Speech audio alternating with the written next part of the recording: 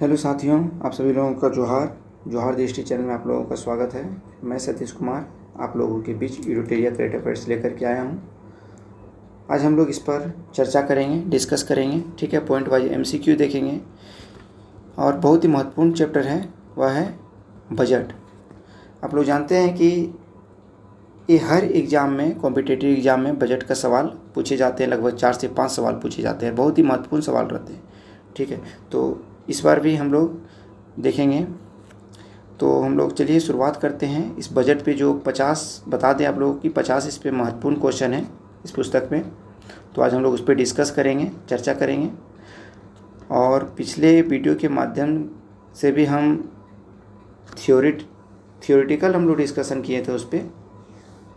तो ज़्यादा बेहतर रहेगा अगर आप लोग नहीं देखे होंगे उस वीडियो को, तो जाकर के सबसे पहले उस वीडियो को देखें, उसके बाद ऑब्जेक्टिव क्वेश्चन करें, तो बहुत ही लाभदायक होगी, ठीक है।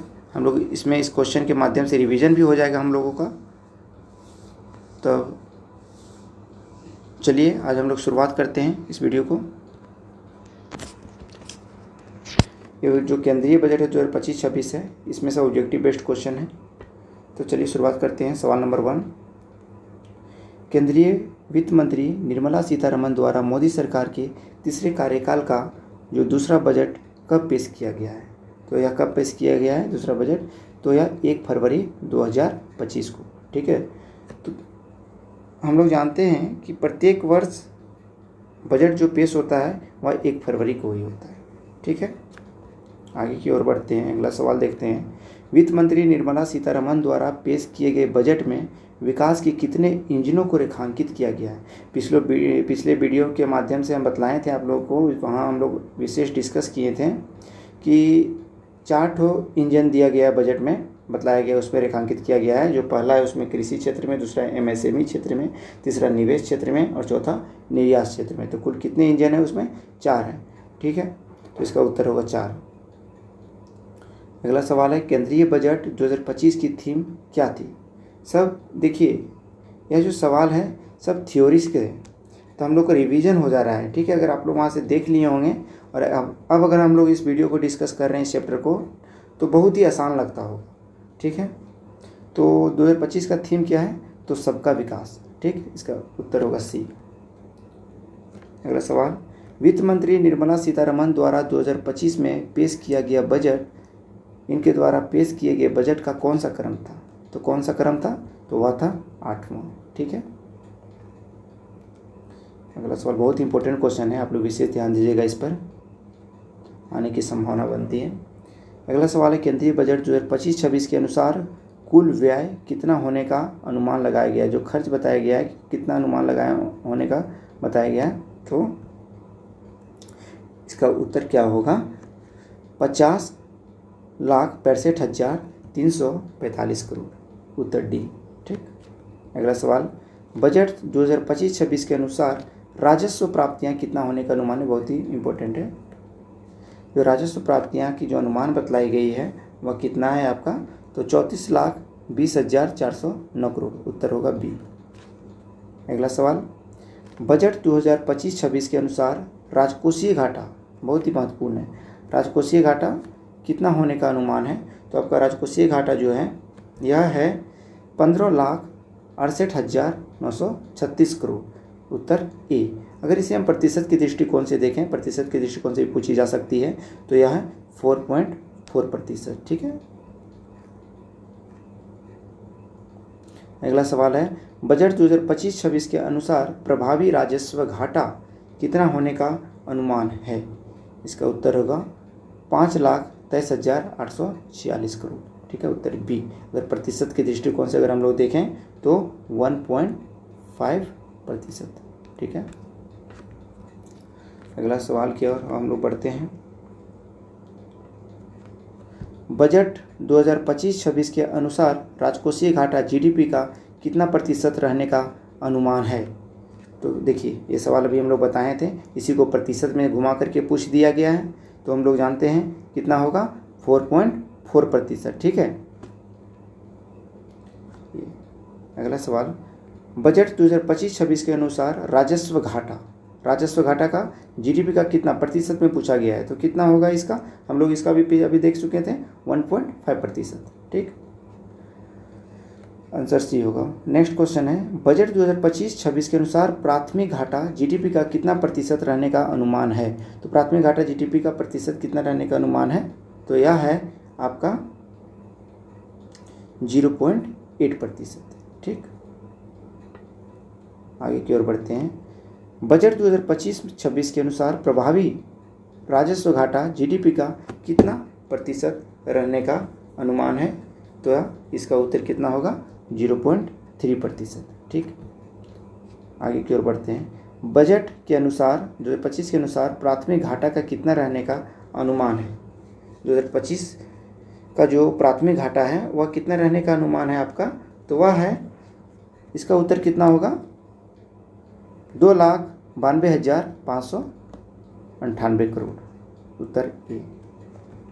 अगला सवाल है, बजट 2025-26 में रक्षा पर खर्च करने हेतु कितना बजट आवंटित किया गया है? तो रक्षा पर कितना किया गया है? ये बहुत ही महत्वपूर्ण क्वेश्चन है, इस पर विशेष ध्यान दीजिएगा आप लोग कि बजट इस वर्ष की जो बजट है तो सर्वाधिक खर्च पूछेगा कि सर्वाधिक खर्च किस क्षेत्र पर किया गया है? तो रक्षा पर किया गया है। ठीक है, इस पर आप लोग विशेष ध्यान दीजिएगा। तो रक्षा पर तो वह कितना किया गया है? तो वह आपका किया गया है 4,91,732 करोड़ रुपए।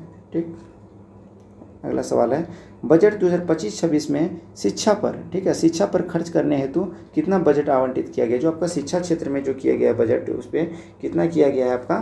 तो 1,28,650 करोड़ रुपये। ठीक है, बहुत ही इंपॉर्टेंट क्वेश्चन है ये भी, शिक्षा के क्षेत्र में, रक्षा के क्षेत्र में, ये दोनों पर आप लोग विशेष ध्यान दीजिएगा। अगला सवाल है कि बजट 2025-26 में ग्रामीण विकास पर मद पर व्यय हेतु कितना बजट है? इसमें ग्रामीण विकास की चर्चा दी गई है, तो ग्रामीण विकास पे कितना किया गया आपका? तो 2,66,817 करोड़ रुपए किया गया। इसका उत्तर ए होगा। अगला सवाल हम लोग देखते हैं, बजट 2025 में शहरी विकास हेतु कितना बजट आवंटित किया गया? तो शहरी विकास पर अगर पूछेगा तो शहरी विकास पर कितना किया गया आपका? तो आपका इसमें किया गया है 9,06,777 करोड़। इसका उत्तर बी होगा। ठीक, आगे की ओर बढ़ते हैं। बजट में विकसित भारत हेतु रेखांकित 4 इंजनों में प्रथम इंजन का संबंध किस क्षेत्र से? तो हम लोग आप लोगों को बताए थे अभी कि जो 4 इंजन है वो आपका कृषि है, एमएसएमई है, निवेश है और निर्यात है। तो उसमें बताया है कि प्रथम इंजन क्या है? तो प्रथम इंजन आपका क्या है? कृषि है। ठीक है, बहुत ही इंपॉर्टेंट क्वेश्चन है ये। अगला सवाल है, बजट में प्रथम इंजन के रूप में चयनित कृषि क्षेत्र के तहत कृषि उत्पादकता बढ़ाने हेतु देश के कुल कितने जिलों को शामिल किया गया है? जो कृषि क्षेत्र को बढ़ाने के लिए उत्पादकता के दृष्टिकोण से कुल कितने जिलों को शामिल किया गया है? तो ये आपका कितना होगा? इसका उत्तर 100। ठीक है, आप लोगों को बता देना चाहता हूँ कि ये जो एक योजना के द्वारा ये लाया गया था कि पीएम धन धान्य कृषि योजना कार्यक्रम के तहत चलाया गया था, कुल 100 जिलों को इसमें शामिल किया गया है। ठीक है, बहुत ही इंपॉर्टेंट क्वेश्चन है, इस पर आप लोग विशेष ध्यान दीजिएगा। अगला सवाल है, बजट में किसान क्रेडिट कार्ड की सीमा को 3 लाख से बढ़ाकर कितना किए जाने की घोषणा की गई है? बहुत ही महत्वपूर्ण क्वेश्चन है आपका कि जो किसान क्रेडिट कार्ड के द्वारा जो पहले जो 3 लाख रुपए दिया जाता था, वह अब के जो बजट है वर्ष 2025 के बजट में इसे बढ़ा दिया गया है। तो वह कितना कर दिया गया है? 5 लाख रुपए कर दिया गया है। ठीक है, आप लोग बतला देना चाहता हूँ कि कृषि, यहाँ जो क्वेश्चन इसे महत्वपूर्ण क्वेश्चन निकल करके आती है कि किसान क्रेडिट कार्ड योजना की शुरुआत कब से शुरुआत की गई थी? तो यह 1998 में शुरू की गई थी। ठीक है, इसे आप लोग ध्यान में रखिएगा, किसान क्रेडिट कार्ड योजना लाई गई थी।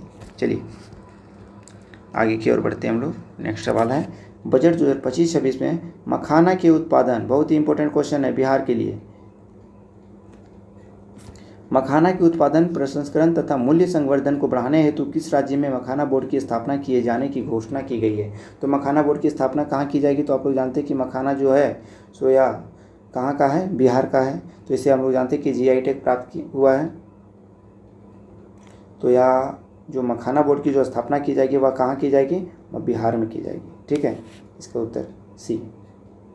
अगला सवाल है, बजट 2025 में यूरिया संयंत्र की स्थापना किस राज्य में किए जाने की घोषणा की गई? जो यूरिया संयंत्र है उसकी स्थापना किस राज्य में की जाएगी? तो वह असम में की जाएगी। ठीक है, इसका उत्तर है। अगला सवाल है, बजट 2025-26 में विकसित भारत हेतु रेखांकित 4 इंजनों में दूसरे इंजन का संबंध किस क्षेत्र से? तो इसमें जो विकसित भारत हेतु जो रेखांकित किया गया था 4 इंजन, वह पूछ रहा है कि दूसरे इंजन का संबंध किस क्षेत्र से? तो दूसरा है एमएसएमई। ठीक है।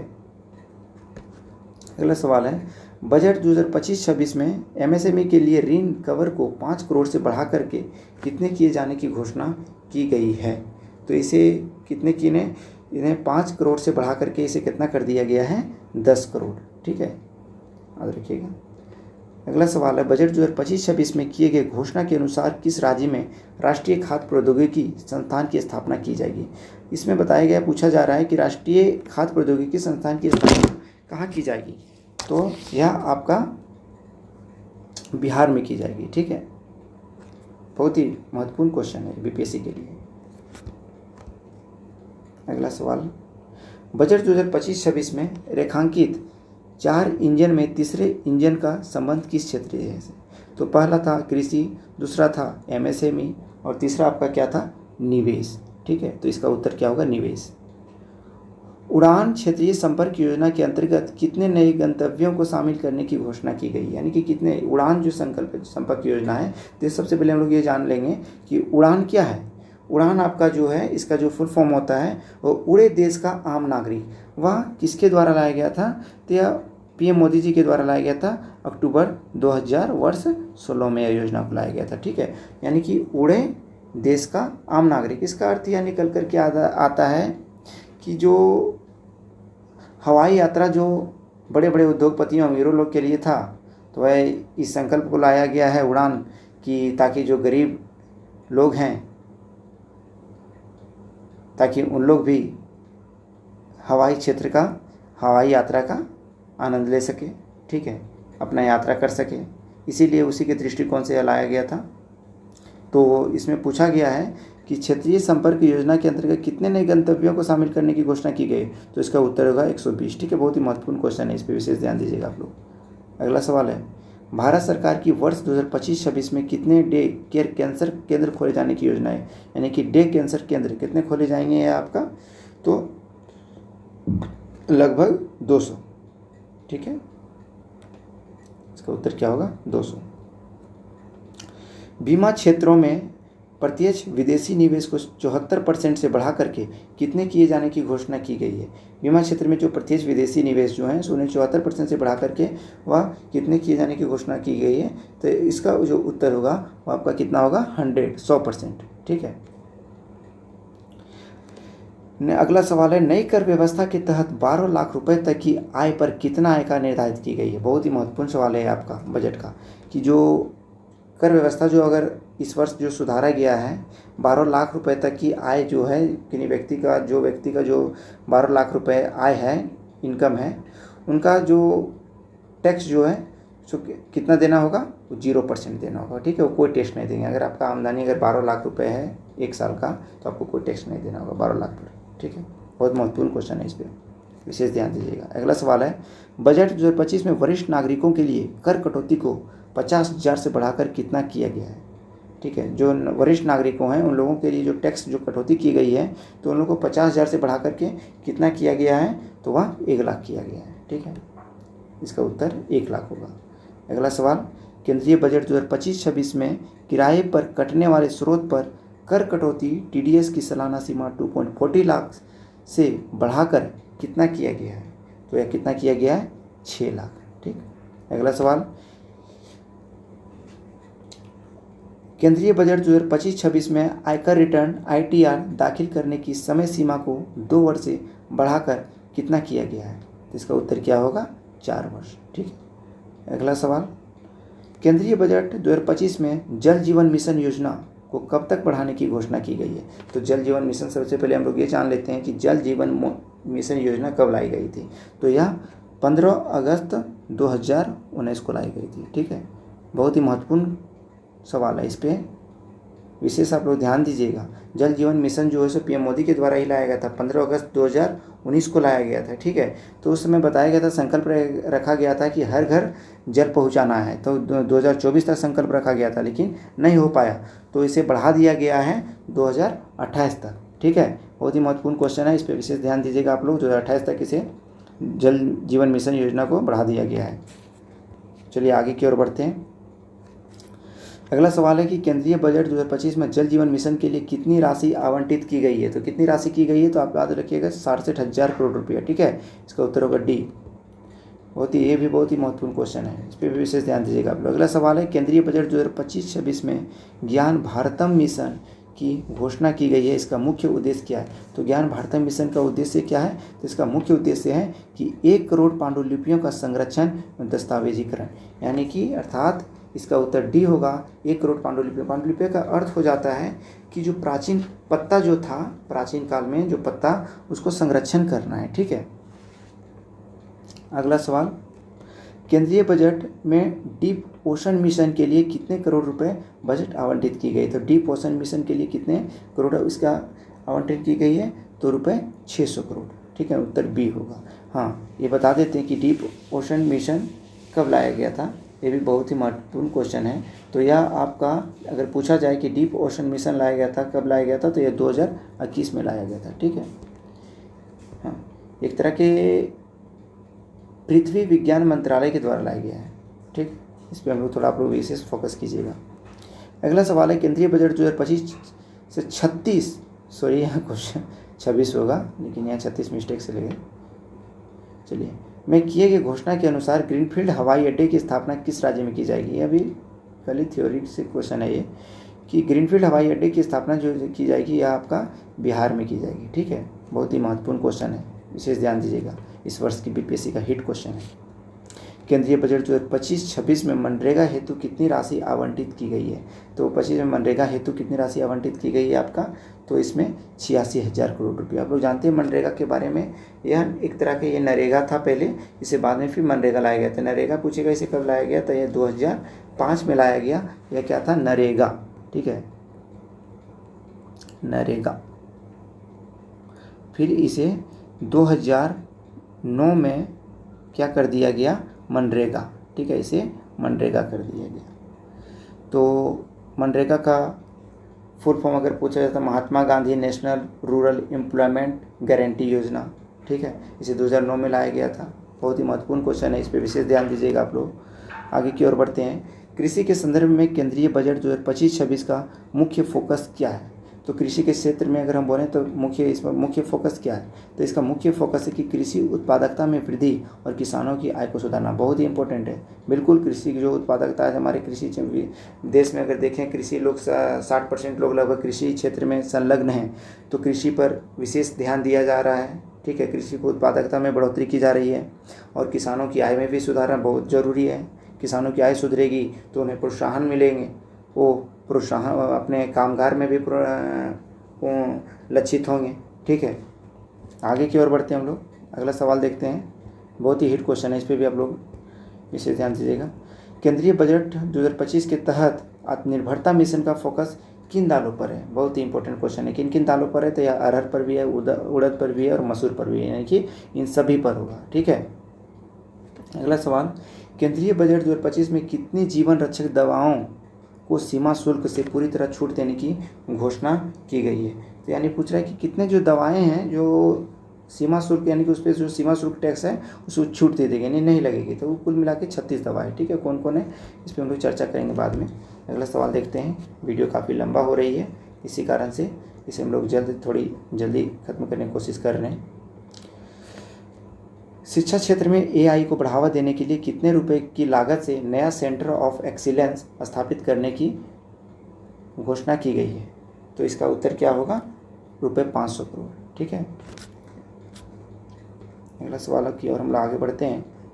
केंद्रीय बजट 2025-26 में केंद्र सरकार ने राष्ट्रीय परमाणु ऊर्जा मिशन के तहत किस वर्ष तक कम से कम 100 गीगावाट परमाणु ऊर्जा उत्पादन करने का लक्ष्य रखा गया है।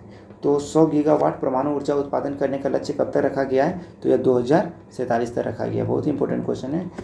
तो केंद्र सरकार के द्वारा जो यह लक्ष्य रखा गया है कि राष्ट्रीय परमाणु ऊर्जा मिशन के तहत लक्ष्य रखा गया कि हमें 100 गीगावाट परमाणु ऊर्जा को उत्पादन करना है। तो इसका लक्ष्य कब तक रखा गया, 2047 तक। माननीय प्रधानमंत्री नरेंद्र मोदी जी भी बोलते हैं कि विकसित भारत, हमें 2047 तक लक्ष्य रखा गया कि हमारे भारत को विकसित भारत बना। अब देखिए, अगर विकसित होता है तो अच्छा बात है। वर्तमान समय में विकासशील की गति में है। आगे की ओर बढ़ते हैं। अंतर्राष्ट्रीय व्यापार को बढ़ावा देने हेतु किस एकीकृत डिजिटल प्लेटफॉर्म की स्थापना किए जाने की घोषणा की गई है? इसका उत्तर क्या होगा? भारत ट्रेडनेट। ठीक है, भारत ट्रेडनेट की। अगला सवाल है, केंद्रीय बजट 2025-26 में किस विधेयक के तहत 100 से अधिक प्रावधानों को अपराध मुक्त करने का प्रस्ताव रखा गया था? अर्थात कहने का अर्थ है कि 100 से अधिक प्रावधानों को अपराध मुक्त करने का प्रस्ताव किया था कि वह किस विधेयक के तहत है? तो यह आपका इसका उत्तर क्या हो जाएगा? जन विश्वास विधेयक 2.0। ठीक है, उत्तर ये। अगला सवाल है, भारत ने 2025 के लिए संयुक्त राष्ट्र बजट में कितने मिलियन डॉलर का योगदान दिया है? तो इसका उत्तर क्या हो जाएगा? 37.64 मिलियन डॉलर। उत्तर ए। अगला सवाल, केंद्रीय वित्त मंत्री ने आधारभूत भूस्थानिक और संरचना और डेटा विकसित करने के लिए किस मिशन की घोषणा की है? तो यह किस मिशन की घोषणा की है? तो आपका राष्ट्रीय भू स्थानिक मिशन की घोषणा की है। बहुत ही महत्वपूर्ण सवाल है, इस पर विशेष ध्यान दीजिएगा। केंद्रीय बजट 2025-26 में किन समूह पर ध्यान केंद्रित करते हुए विकास उपायों का प्रस्ताव दिया गया है? तो यह बहुत इंपॉर्टेंट क्वेश्चन है। तो विकास बताया जा रहा है कि बजट में बताया गया है कि किस समूह पर ध्यान केंद्रित करते हुए विकास उपायों का प्रस्ताव दिया जाए। हमारा विकास, देश विकास कैसे होगा? तो हम लोग को सबसे पहले उपाय ढूंढा गया है कि अब प्रस्ताव दिया गया कि सबसे पहले हम लोग इस चीज़ पे विकास करना है, गरीबों पर देना है, हम लोग को जागरूकता करना है, गरीबों को पर देखना है, युवा के लिए देखना है, अन्नदाता, नारी, अगर ये चारों समूह अगर हमारे विकसित हो जाएं, ठीक है, अगर इन लोगों में सुधार आ जाए तो हमारा देश क्या हो जाएगा? विकास होने की गति में आ जाएगी, उभर जाएगी। ठीक है। अगला सवाल है, केंद्रीय बजट 2025-26 द्वारा जारी आंकड़े के अनुसार वर्ष 2025-26 में सबसे ज़्यादा खर्च किस क्षेत्र में किया जाएगा? बहुत इंपॉर्टेंट है, पहले भी सवाल रिपीटेड हम बताए थे कि इस वर्ष जो हुआ बजट क्षेत्र में सबसे ज़्यादा जो अनुसार जो खर्च किया गया वह रक्षा क्षेत्र में किया गया। बहुत ही महत्वपूर्ण क्वेश्चन है। ठीक है, लास्ट सवाल है। तो चलिए, इसका आंसर कभी आगे दिया गया, लेकिन वो डिस्कस कर चुके हैं इसका। तो आप लोग इस वीडियो को देख लिए होंगे, और चलिए तब इस वीडियो को हम लोग समाप्त करते हैं। अगर आप लोग को पसंद आएगा तो इसे लाइक और शेयर करें, और इसी तरह आप लोग सपोर्ट करें। ठीक है, अगला वीडियो हम लोग नेक्स्ट टॉपिक पर लाएंगे। तो चलिए, आज हम लोग यहीं समाप्त करते हैं। वीडियो काफ़ी लंबा हो गया है, लेकिन अब हम लोग को इसमें अच्छा भी लगा डिस्कस करके। तो चलिए, आप लोग इस वीडियो को शेयर कीजिएगा और लाइक कीजिएगा। चलिए, बहुत बहुत धन्यवाद।